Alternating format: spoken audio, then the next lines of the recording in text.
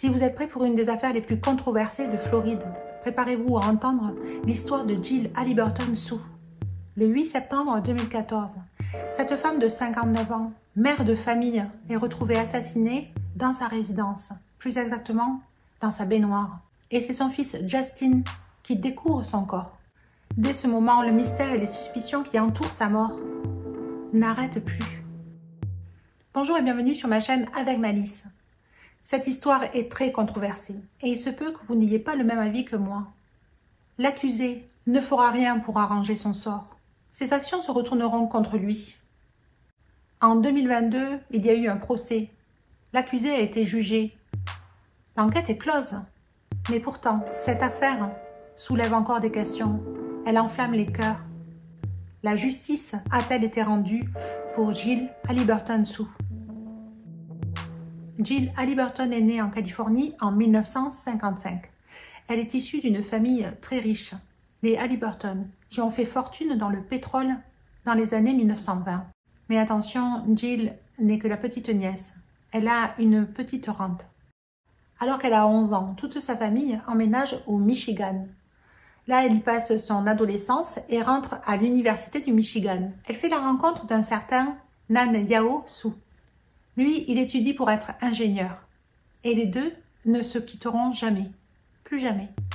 Peu de temps après, ils se marient au Japon. Quelques années après, Nanyao reçoit un très bon poste de l'université de Floride. Ils partent donc s'installer là-bas, dans le comté de Broward, plus exactement dans la petite ville de Davie. Nanyao a un très bon poste. Il est professeur, mais aussi il est chercheur. Il est spécialisé dans l'éradication des termites. Et ça marche bien pour lui. Il commence à être réputé. Quant à sa femme, Jill, elle est passionnée par l'art. Peu de temps après leur arrivée en Floride, le couple a un enfant, Amanda, qui naît en 1991, suivi 3 ans après par Justin. Le couple semble très heureux. Et grâce au salaire de son mari, Jill peut rester à la maison pour élever ses enfants et pratiquer son art. Et Jill est épanouie. Quand ses enfants grandissent, elle commence à s'investir dans des fondations caritatives, surtout pour les personnes malvoyantes. Elle s'y fait énormément d'amis. Et tout le monde dit qu'elle a le cœur sur la main. Elle est volontaire, bénévole et elle adore rencontrer du monde à travers ses expositions ou bien à travers les fondations. Le couple est très apprécié. Dès leur arrivée en Floride, ils se sont installés dans une très belle demeure dans un quartier sécurisé, près de la ville de Davie, à 20 minutes de Fort Lauderdale, là où travaille Nanyao. Comme vous l'avez compris, l'argent pour ce couple n'est pas du tout un problème. Et en plus, Nanyao a inventé un piège à termites qui se commercialise très bien. Il a de très bons revenus. En 2014, Amanda, la grande fille, a 23 ans et elle est partie faire ses études au Kentucky. Là-bas, elle y a rencontré quelqu'un. Donc maintenant, elle vit au Kentucky. Quant à Justin, il a 20 ans. En 2012, il est allé à l'université de Central Floride, qui est pas loin de Orlando. Mais les choses ne se sont pas bien passées. En 2014, au mois de février, il a été renvoyé parce que ses notes étaient extrêmement faibles. Et surtout, il séchait beaucoup. Il ne se présentait pas souvent au cours. Et donc, il est revenu vivre chez ses parents qui, de suite, l'ont inscrit dans un collège communautaire, c'est-à-dire une université publique, pas loin de chez eux. Et surtout, il doit prendre des cours, même en été, pour rattraper son retard. Les parents connaissent très bien leur fils Justin, qui adore s'amuser, faire la fête avec ses copains, passer du temps avec eux pour parler. Mais sinon, à part ça, il ne travaille pas beaucoup. Il est prévu aussi que pendant l'été, il fasse un petit job à côté de ses cours. Mais quand arrive fin août 2014, les parents de Justin veulent partir 2 semaines en Malaisie. Et ils ont peur de laisser leur fils tout seul. Ils savent que s'ils partent, Justin en profitera pour inviter ses amis et faire la fête, tous les soirs. Donc, Nanyao a une idée. Il a entendu parler d'un forfait gratuit pendant 3 semaines sur Google Nest. C'est une application qui permet, après avoir installé des caméras chez soi, de pouvoir les regarder de partout, sur son téléphone, et de savoir ce qui se passe à la maison en temps réel. Nanyao et Jill se disent que ce serait sans doute une bonne chose de faire installer des caméras de surveillance. Et comme ça, pendant qu'ils sont partis en Malaisie, ils pourront surveiller si leur fils invite des amis. Et c'est ce qu'ils font. Le forfait se termine le 7 septembre, pile le jour où ils reviennent en Floride. Ça tombe bien parce que Netanyahu ne compte pas renouveler ce forfait. Il n'a pas besoin de plus. Il veut juste surveiller son fils pendant qu'ils ne sont pas là. Bien sûr, Justin est avisé, il sait où sont les caméras et il connaît les règles de la maison avant que ses parents ne partent. Quand ils reviennent de Malaisie le 7 septembre, la maison est impeccable. Il n'y a pas de problème majeur. Et le matin du 8 septembre, la vie a repris son cours chez les Sous. À 9h30 du matin, Justin est parti en voiture à ses cours. Netanyahu, lui, part plus tard, vers 11h, 11h30. Il part travailler à l'université. Il est à peu près à 20 minutes de la maison. Jill reste seule à la maison et elle va qu'à ses occupations. Quand Netanyahu arrive à l'université, il regarde son courrier, ses emails et il décide aussi de regarder si le forfait Google Nest est toujours actif. Quand il l'allume, il voit un homme, un individu dans le salon, en train de marcher. Ça dure que quelques secondes. Il appelle chez lui, personne ne répond. Il se dit que c'est Justin qui est en train de lui faire une blague. Donc il appelle Justin.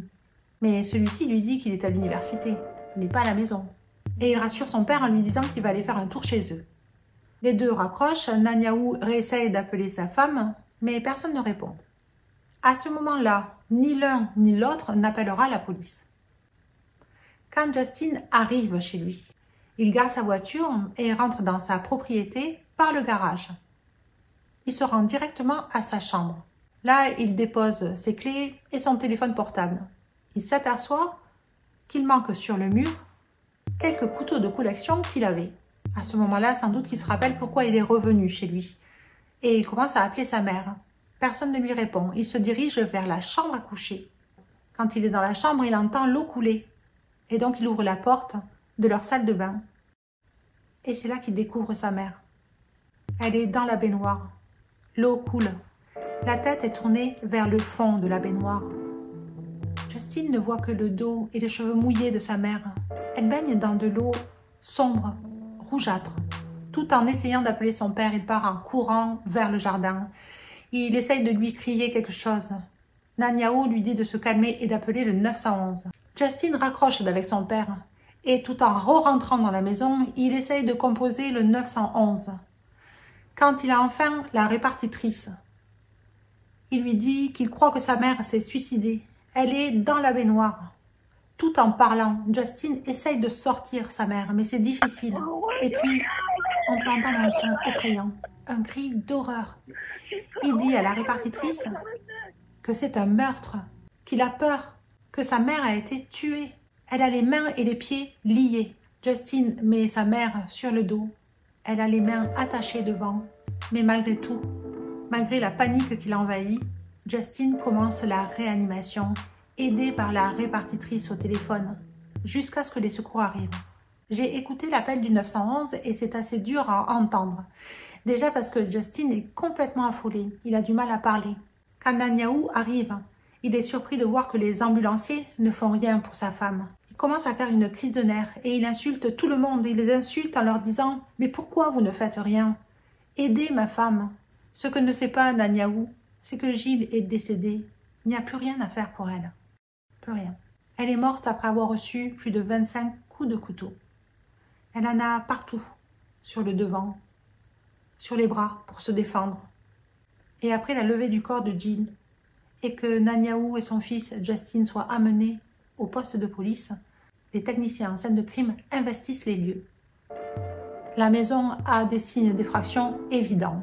La vitre de la porte arrière a été cassée, permettant à un intrus de rentrer. Des morceaux de verre sont retrouvés au sol, qui mènent aux chambres. Les fils de l'alarme de la maison ont été arrachés du mur. La chambre des parents a été retournée. Les boîtes à bijoux ont été dispersées sur le sol. Les tiroirs sont ouverts. Mais les policiers remarquent que c'est la seule pièce qui a été fouillée. La porte d'entrée était probablement fermée à clé, et sur le paillasson, à l'extérieur, il y a un couteau au sol, avec du sang dessus. Quand on ouvre la porte d'entrée principale de cette maison, on se retrouve dans une sorte de salon.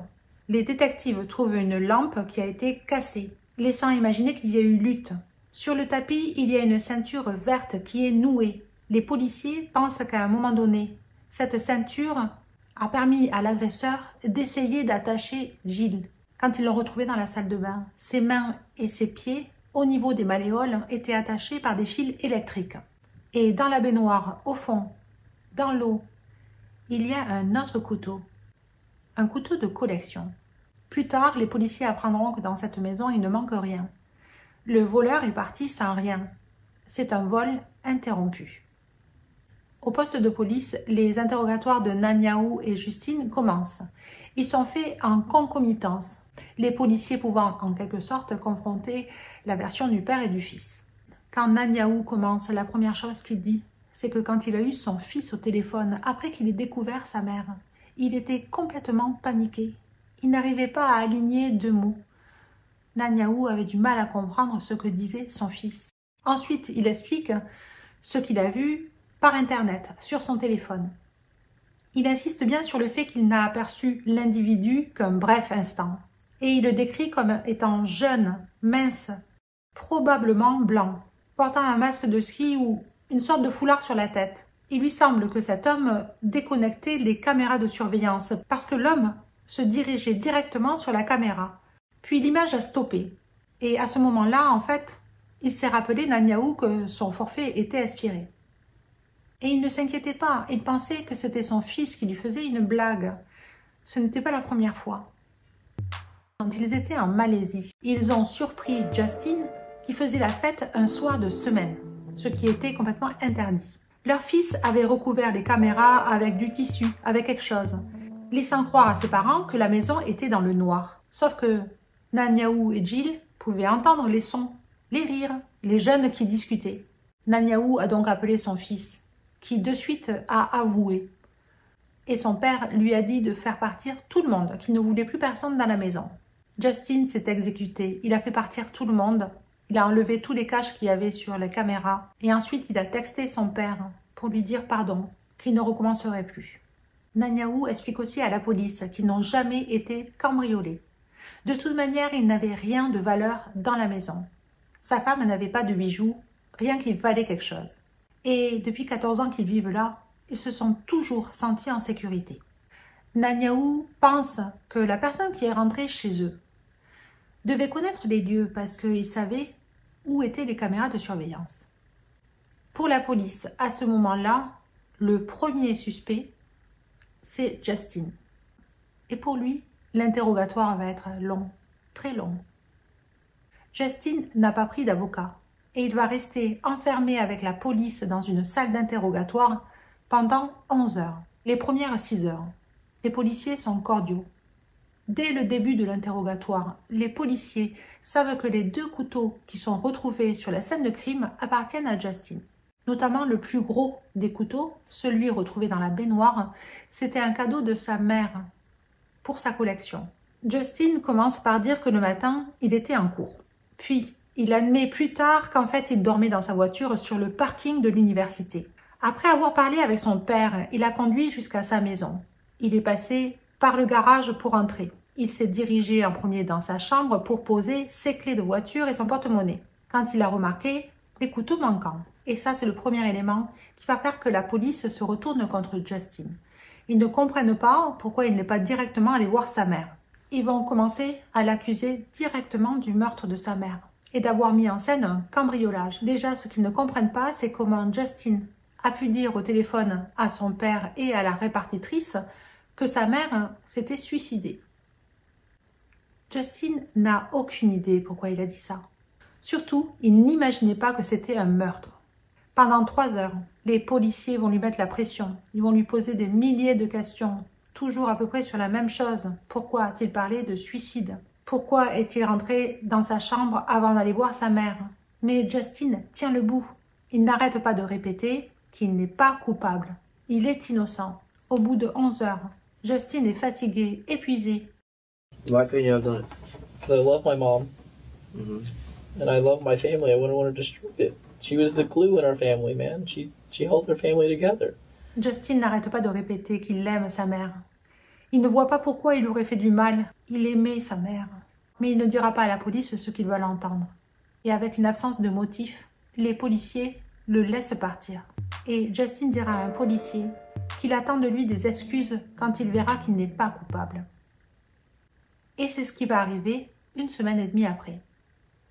Les policiers ont découvert qu'il y a une vidéosurveillance montrant que Justin sort de la résidence sécurisée. 2 personnes l'ont vu en train de dormir sur le parking de l'université. Et après, il est refilmé en train de rentrer dans la résidence sécurisée, vers 12h30, juste après que son père l'ait appelé. Et puis son téléphone le localise près de l'université, pas chez lui. Et quand les résultats ADN tombent, Justin est complètement blanchi. Sur le couteau, sur la ceinture verte et sur la porte qui a été brisée, le verre, il découvre l'ADN d'un autre homme, de 20 ans aussi. C'est Dayonte Resiles, qui lui vit dans un autre quartier, à plus de 30 km du quartier sécurisé.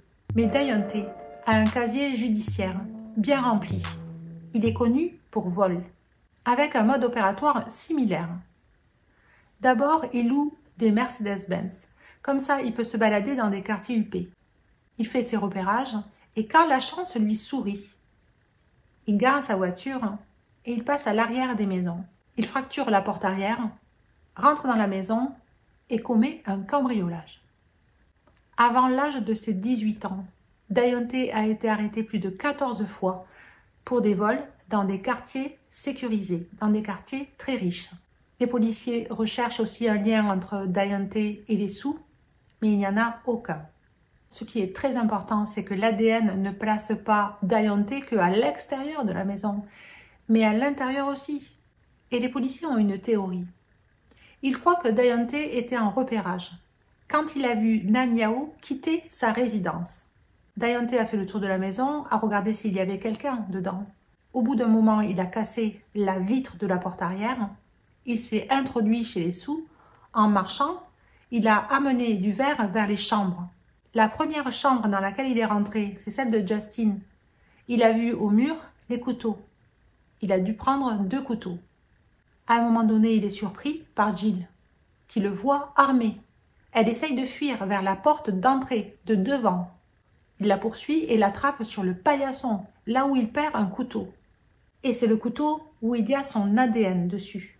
Il arrive à la ramener à l'intérieur. Là, il essaye de l'attacher avec la ceinture verte.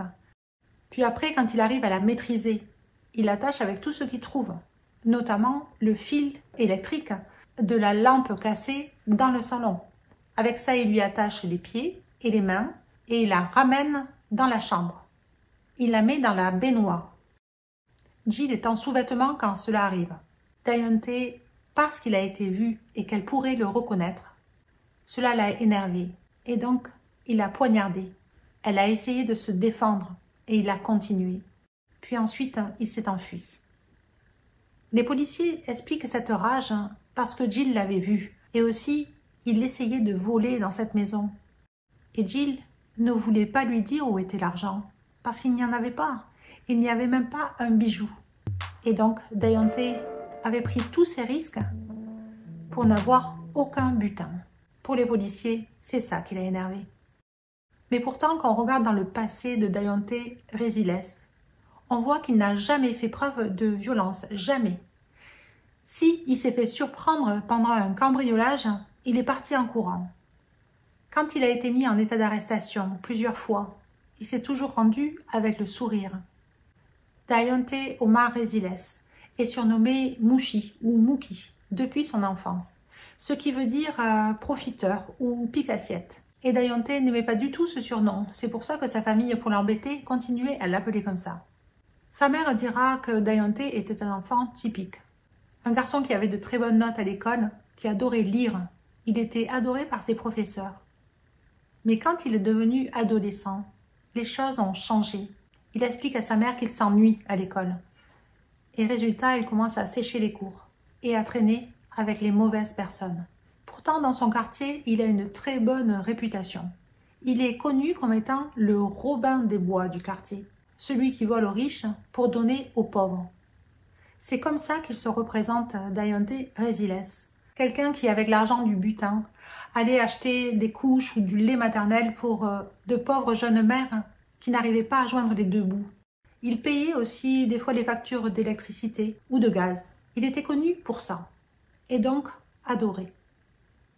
Et puis Dayonte plaît aux femmes. C'est un tombeur, un charmeur. Beaucoup de jeunes demoiselles sont amoureuses de lui dans le quartier. Et donc personne dans son entourage ne peut croire qu'il ait commis un acte aussi horrible, aussi barbare. Pour eux, Dayonte n'est pas capable de ça. Quand il est arrêté le 18 septembre 2014, Dayonte allait devenir papa. Le procureur de Fort Lauderdale demande la peine de mort. Mais en Floride, la peine de mort ne peut être demandée qu'à 3 conditions. La première, c'est qu'il y ait plusieurs meurtres, ce qui n'est pas le cas ici. Le deuxième, c'est pour acte terroriste. Là non plus, ce n'est pas le cas. Et le troisième, c'est parce qu'on est affilié à un gang. Et ça, c'est très important parce que je ne l'ai vu marqué nulle part. Jamais. Donc, il y a des suspicions ou même peut-être des preuves au niveau de l'enquête de police que Dayonte soit affilié à un gang. Dayonte sera maintenu en prison jusqu'à son procès. Il n'a pas droit à une caution. En juillet 2016, Dayonte doit participer à une audience préliminaire, c'est-à-dire juste avant le procès. Son avocat pense qu'il peut faire tomber la peine de mort, l'enlever. Mais Dayonte, avant sa comparution, il s'évade. Très rapidement, les policiers comprennent que Dayonte n'a pas fait ce coup-là tout seul. Il a eu de l'aide. Alors qu'il était incarcéré, Dayonte a parlé par code, par le téléphone gratuit de la prison, à des amis à lui, à des jeunes de la communauté.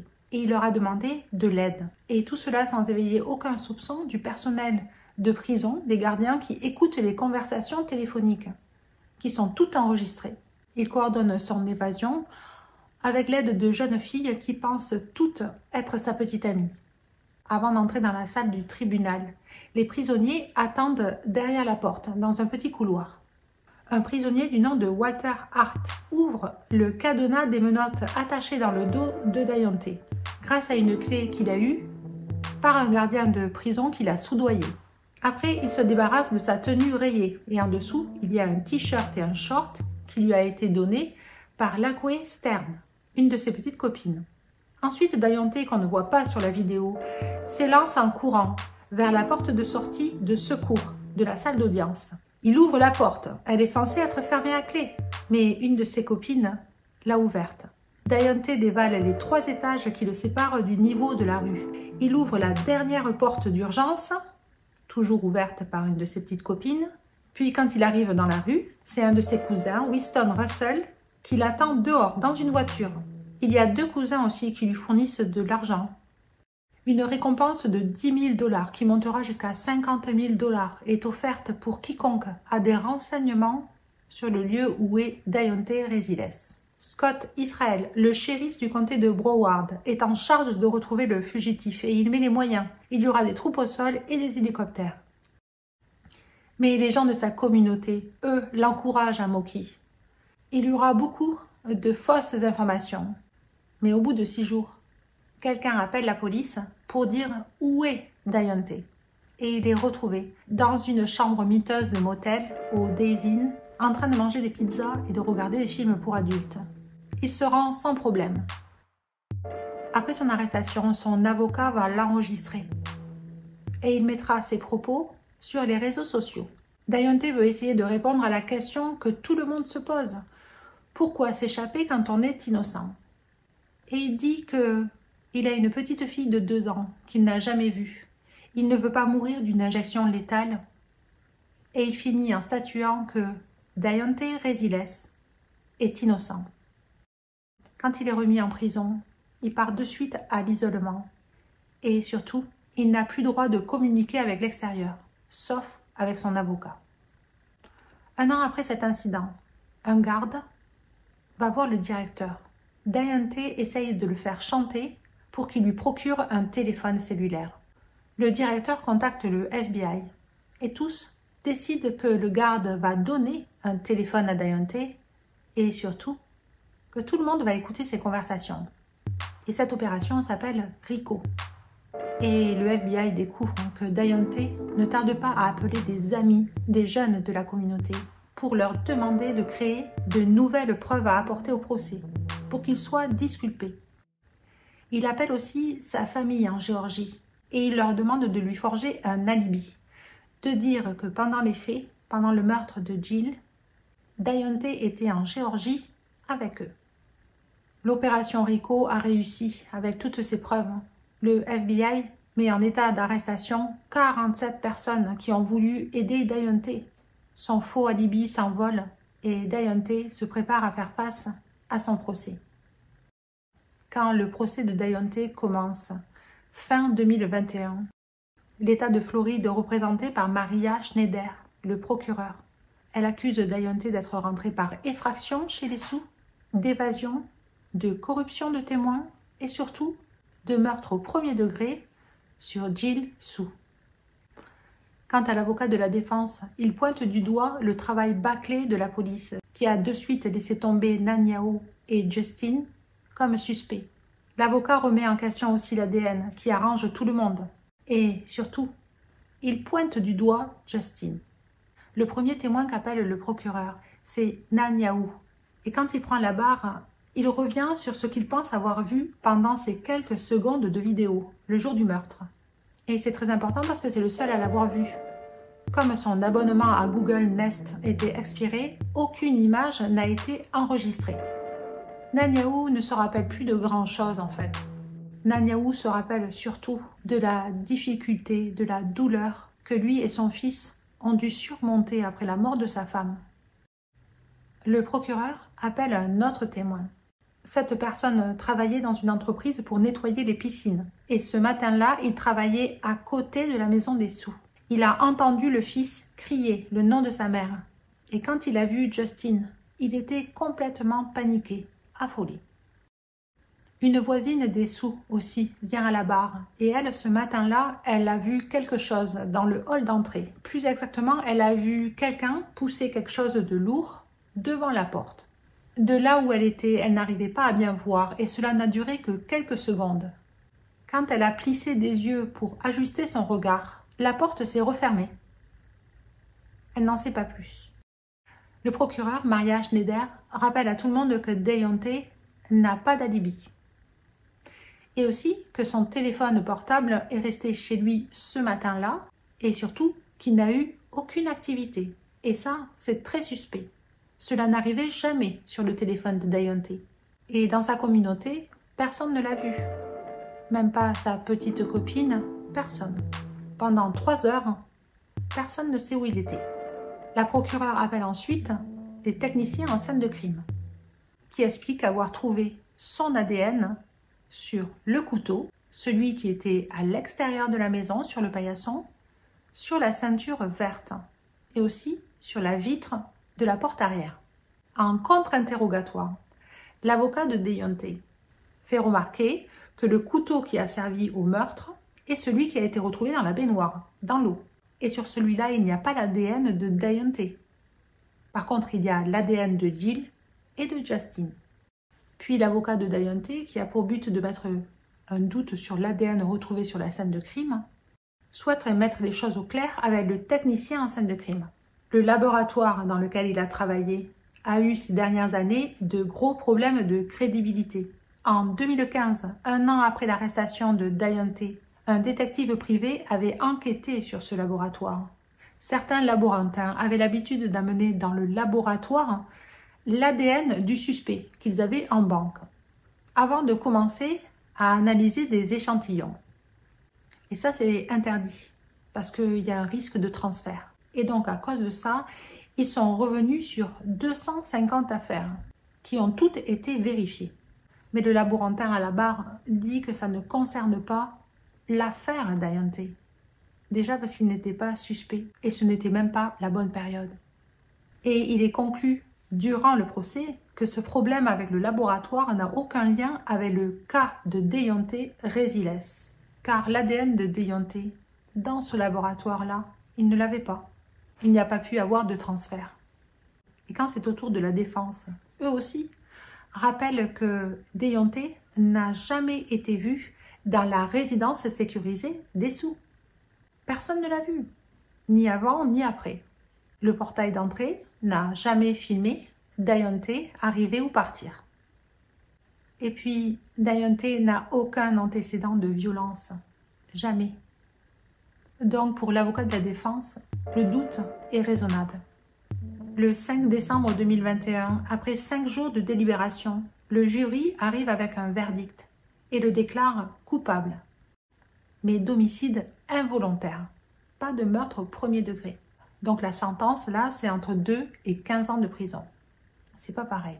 Après que le juge ait lu le verdict, il doit demander à chaque juré un par un s'ils sont d'accord avec ce qu'ils ont voté. Et fait rarissime, un juré n'est pas d'accord. La personne, qui est une femme, dit qu'elle n'est pas d'accord avec la détermination homicide involontaire. Elle n'est pas d'accord avec le fait qu'ils aient baissé sa condamnation. On est en 2021. C'est à l'époque de George Floyd.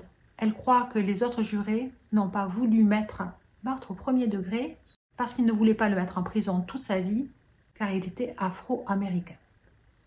Elle préfère le dire maintenant, elle a l'impression d'avoir été forcée à choisir homicide involontaire. Après ça, le juge est obligé d'annuler le procès. Tout ce qu'ils ont fait, tous les témoins, toutes les semaines passées là, n'ont servi à rien. Et début janvier 2022, le procès recommence à nouveau. Il sera identique au premier, sauf que la peine de mort n'est plus au tableau. La famille Sue a demandé à ce qu'elle soit enlevée. Les jurés reviendront avec un verdict de culpabilité pour un crime au premier degré. Et en mai 2022, lors de l'audition de sa sentence, Deontay témoignera et il dira qu'il n'est pas coupable. Jamais il n'aurait pu faire un acte pareil. Il sera condamné à la prison à vie, sans possibilité de parole. En fait, Deontay a pris le minimum pour le meurtre de Jill. Mais avec toutes les autres condamnations qu'il avait, il ne sortira jamais de prison. Et s'il vous reste 2 minutes, je vais vous donner mon point de vue. Pour moi, Deontay a réussi à manipuler énormément de personnes, ce qui n'est pas commun. Derrière cette gentillesse, cet altruisme, il s'est servi de tout le monde. Car même si Deontay se dit non coupable du meurtre de Jill, il est quand même entré par effraction dans des maisons, il a volé. Cet argent, il a utilisé pour lui, il s'est acheté des voitures, des chaussures, des vêtements, et aussi, il s'est acheté la reconnaissance indéfectible des personnes dans le besoin. Ces mêmes personnes qu'il n'a pas hésité à mettre dans le pétrin pour que lui se sorte d'affaire. Il a demandé à ses amis, à sa famille, à des gens qui ne pouvaient pas refuser de faire des actions illégales pour lui.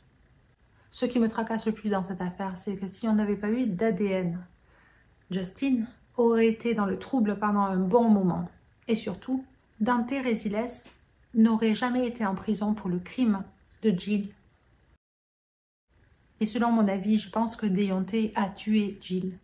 Certes, Deontay n'est pas connu comme violent, mais on ne sait pas ce qui s'est passé dans cette maison-là, à part que lui, il était dedans, qu'il était en train de commettre un acte criminel. Et pour moi, il n'est pas possible qu'un autre criminel soit arrivé à ce moment-là et ait tué Jill. Non, la chose la plus logique, c'est que c'est lui qui l'a fait. Peut-être qu'il le regrette maintenant, mais Jill, elle, est décédée. Et merci à vous d'être encore là. Et j'espère que vous avez aimé écouter mon histoire. Et surtout, n'hésitez pas à me donner votre avis. Mais avant ça, n'oubliez pas de liker, de vous abonner et d'embrasser tous les gens que vous aimez.